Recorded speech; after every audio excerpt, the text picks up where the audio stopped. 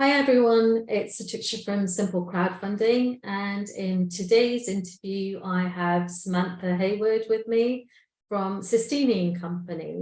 Samantha, thank you so much for joining me. I really appreciate it. You're very, very welcome. Thank you for having me. You're very welcome. So today we're going to be talking about pension investing and in particular SSAS. But before we start talking about that, Samantha, can you just briefly introduce yourself and Sestini, please? Absolutely. So Sestini Co Pension Trustees Limited is a firm that was established by myself and my business partner, Rachel Sestini, back in 2017. We had experienced SSAS from different guises. I've worked with trustee companies before. Rachel is an accountant and she also had her own pension scheme. We looked at what was on offer and we found that whilst the expertise was there, the service wasn't. And so we wanted to provide an offering to business owners to be able to improve the outcomes for them and their pension schemes and deliver a great service to boot. Perfect. And the reason we're doing this interview, there's a lot of people who in particular invest in property using their SSAS pension. So what is a SSAS pension? So a SSAS pension is a pension that is set up with your limited company. It's an occupational pension scheme. Mm-hmm. It's different to other pensions in that it's set up under trust. It's a standalone trust that's registered with HMRC. So it requires annual returns, for example, to HMRC that your scheme administrator would undertake for you.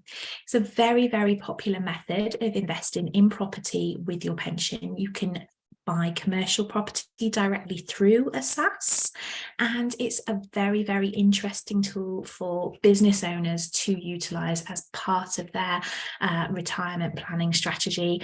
And it can also be used when companies are being sold. So you grow your company, you have your pension scheme running alongside it, and then you can sell your business, but you can retain some of the assets, say the property there, and then rent it onto the new owner. So it's quite a diverse, useful tax planning tool. And with regards, you mentioned trustees and you mentioned you're the administrator. Mm-hmm. What's the core difference between the two? That's a very good question. So a scheme administrator is the person that is responsible for all of the filing with HMRC. It's a role that's given. Scheme administrator as a title, and there would be one person that would be nominated to act as scheme administrator. It's normally a corporate body. Okay. And that's our trading company. So Sestini Co Pension Trustees Limited act as scheme administrator for all of our pension schemes. Now, a SSAS is a self-administered pension, and so there is some question as to whether or not the onus is on the member trustees or the members of the pension scheme to undertake the administration. However, they can outsource that to the corporate company, which is what we do. The professional trustee is there to ensure that any investments are undertaken in line with the HMRC guidance and the Pension Schemes Act and the 2004 Finance Act.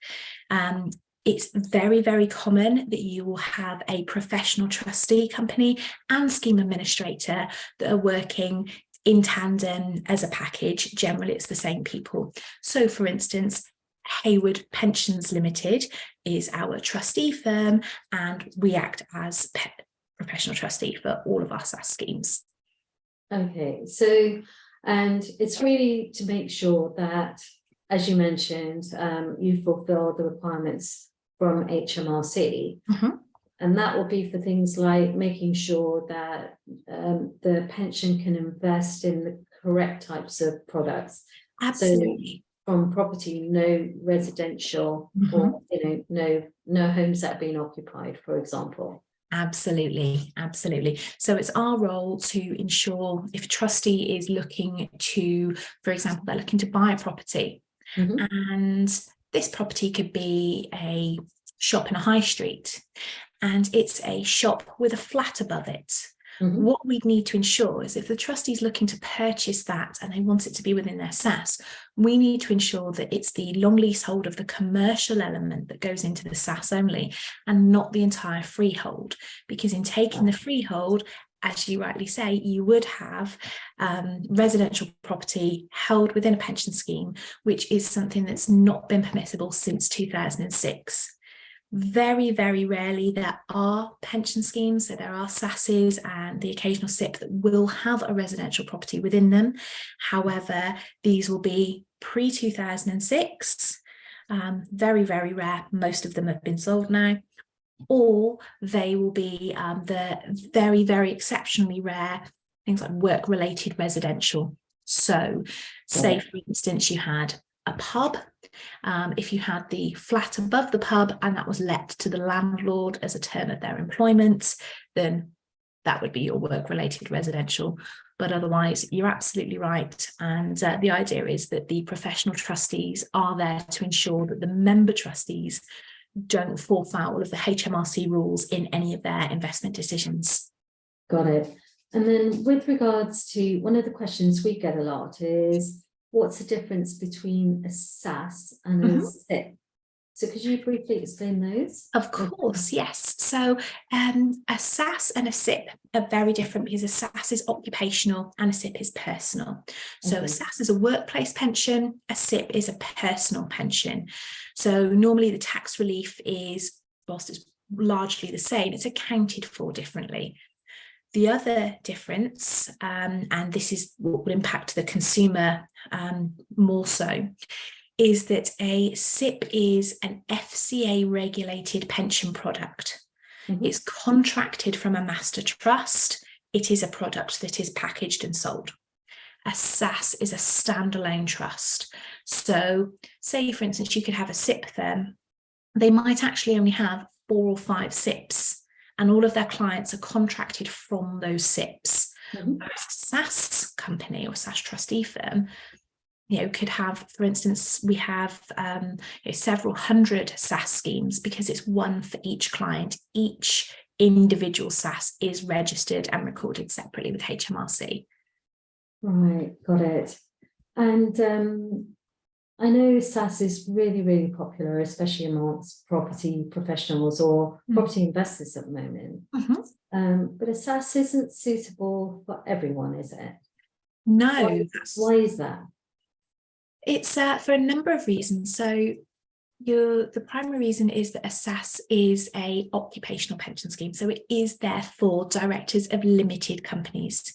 You must have an active trading limited company to be able to apply for a SSAS.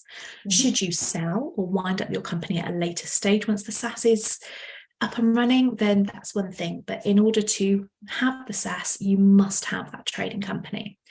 The other is the cost. So we've highlighted the differences between a SSAS and a SIP. Now, a SIP is also a lot cheaper to run, and that's because it's a package pension product. It's also, it doesn't permit the same assets that a SSAS does. So a SSAS can have, very, very technically involved assets, very esoteric investments, as they're known. Whereas a SIP, being FCA regulated, a SSAS isn't, it can be quite prohibitive in what can be invested in. However, it is worth noting that cost is a huge driving factor. So if somebody is looking for a self-administered pension scheme and they're looking to start from zero, then a SIP may be more appropriate, because with a SSAS, say you're 40 and you're looking at a SSAS for your pension provision, you could be looking at an average cost of around £1,500 per year to administer a SSAS with a professional trustee firm. And the average age of, say, 75, 80, you could be paying in the region of around £55,000, £60,000 just to have the SSAS as a pension vehicle. So you're needing to, to accumulate or justify having the SSAS and have it grow, not only to provide you with your pension provision, but also to cover the fees. Of course. With regards to the FCA and the regulation you've talked about for SIP, one of the things that as a crowd platform, we're currently looking at is consumer duty. But from a SSAS standpoint, you're also looking at the same, aren't you? We are indeed, yes. So while SSAS trustees aren't FCA regulated, lots of them are registered with the FCA just for prudent good practice. Yeah. And as part of that prudent good practice, we are looking at consumer duty, and we are looking at things like fair value and whether we apply this to our trustees, and we're looking at where SSAS isn't suitable. So we're looking at identifying not just who should have a SSAS, but who shouldn't. Who is this not appropriate for? And we look to highlight this and discuss with all of our trustees. So if someone's looking at applying for a SSAS and it's something they want to have and they're curious and it's something that they've seen and it's very popular at the moment, then we'd encourage people to have a conversation with their potential trustees. Who are you? How much is this likely to cost me? What are my roles and responsibilities? Because a SSAS is a lot of work compared to other pension products that there are. It's not a case of paying in your contributions and it's invested for you. You make the decisions around the investment. It carries a lot of due diligence. There's a lot of work to do. And we need to make sure that the consumers, that those that have SSAS, are undertaking their role and responsibility as member trustees correctly. We also need to ensure that people aren't open to investment scams and that they're undertaking their investments in a prudent and measured way. And that's really important, isn't it? Because ultimately, this is a pension and it is their livelihood moving forward, right, for older age. So it's really important to make sure it's correct. Absolutely. A SSAS isn't there to be, funding your lifestyle business. It is there to be providing, it's a provision for retirement income, and we have to ensure that our trustees' decisions are being made prudently and objectively with that in mind. And so there's a lot of vetting, there's a lot of questioning, and when it's done right, it's an absolutely wonderful tool to be using. And there is a process to go through in terms of actually setting this up, isn't there? So there's quite a lot of paperwork to go through, and from a crowd standpoint, there's a separate account to set up as a SSAS trustee. And then people have the opportunity to make their own investment choices. And when those funds come back from our platform, they will basically go to the designated account because the funds need to go back into that pension pot, don't they? They do indeed. You as the administrator would have to authorize any change to any of that process. Absolutely. So the way a SSAS is structured is that you have the master trust that's approved by HMRC. And this trust is then funded by the pension transfers or contributions, and it's funded to a central bank account that the member trustees are signatory of, as well as your professional trustee. Any investments that are made from this bank account. This can be a property purchase, it can be a loan back, it can be a crowdfunding platform, it can be physical gold, it can be stocks and shares. Whatever it is, it has to be funded from that bank account. And as you very rightly said, once that investment is matured or sold or interest is paid, dividends, anything like that goes back into the central bank account. It's a lot like running a limited company, but on a smaller scale, except that a lot of the sort of rules and provisions are very arduous, because you have to ensure it's a tax privileged trust, and so you have to ensure that you're acting within those margins. And like you say, when if we're transacting with yourselves, for example, when we're applying for these different products or when we're applying for a different investment within the scheme, one of the things that we have to ensure that we're undertaking correctly is the AML process. So we already work together, and so we've already decided that, at a high level overview, our companies have vetted one another.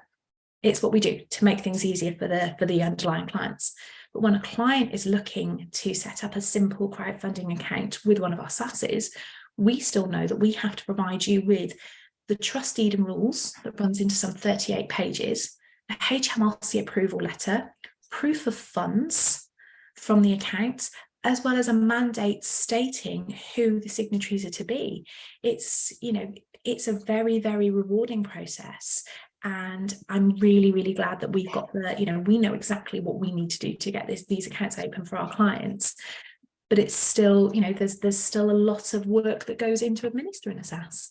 And there really is. And one of the things that we have done is created a document that basically explains all of this in order to make things easier. So if people want to learn about SSAS and they want to learn about what it's going to take to actually set up an account, all of that information is available in a white paper, which we'll put a link to at the bottom of this interview. And also, Samantha, I know that you've also been working on a more detailed nuts and bolts in terms of what SSAS is about specifically. And those documents are accessible through contacting you through your website. Is that correct? They are indeed, yeah. So when we have, in the same way that we've produced this for, you know, what to do when you want to set up a crowdfunding account, very, very similar in what to do when you want to explore loan back or share purchase. It's there, it's accessible, and it's, you know, there is a lot of red tape around a SSAS. It's making sure that that information's there, it's accessible to our member trustees, and that we're on hand to answer any questions as well. Absolutely, and I really like the idea. You've got some worked examples in your documents as well, haven't you? So people can actually, it helps explain it. It makes it easier to sort of grasp the concepts and what you can and can't do. So I thoroughly recommend anyone who's thinking about or is considering a SSAS at the moment, or has a SSAS and wants to explore what else can be done with it. I thoroughly recommend it.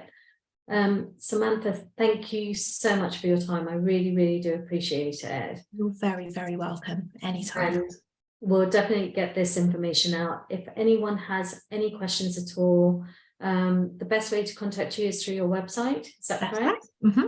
Yes. Okay. And there's more information in the white paper. So all the information is there.